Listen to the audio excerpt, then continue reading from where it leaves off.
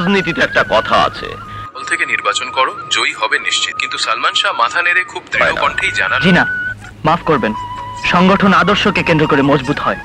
কারণ আপনার দলে একজন বিতর্কিত লোক আছে যার বিরুদ্ধে নানা অভিযোগ। অসৎ পথে আমি হাত নিয়ে সালমান শাহের কাছে এগিয়ে এলো এবং বলল, সালমান, আমার দলে কাজ করো এবং নির্বাচনটা করে দেখো, বিনিময়ে তোমাকে অনেক টাকা দেওয়া হবে। কিন্তু সালমান শাহ কোনো প্রলোভনেই পা দিল না। সে খুব শান্তভাবে জানালো, টাকার বিনিময়ে আমি আমার আদর্শ বিক্রি করতে টাকা পারি দিতে না। হবে। মিস্টার চৌধুরী, আপনি মনে হয় ভুল পাত্রে দর কষাকষি করছেন। আমি বিক্রি হবার মতো পণ্য নই।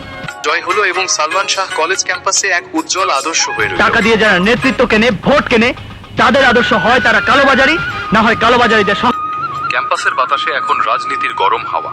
রাজীব তার প্যানেল নিয়ে সালমান শাহের কাছে এগিয়ে এলো এবং বলল, সালমান, রাজনীতিতে একা চলা কঠিন। করতে চায় তাদের দাঙ্গাবাজ বলা যেতে পারে। কোন রাজনৈতিক নেতা সালমান শাহ মাথা নাড়লো এবং খুব দৃঢ় এবং স্পষ্ট কণ্ঠেই জানালো, না, আমি আপনার দলে যাব না।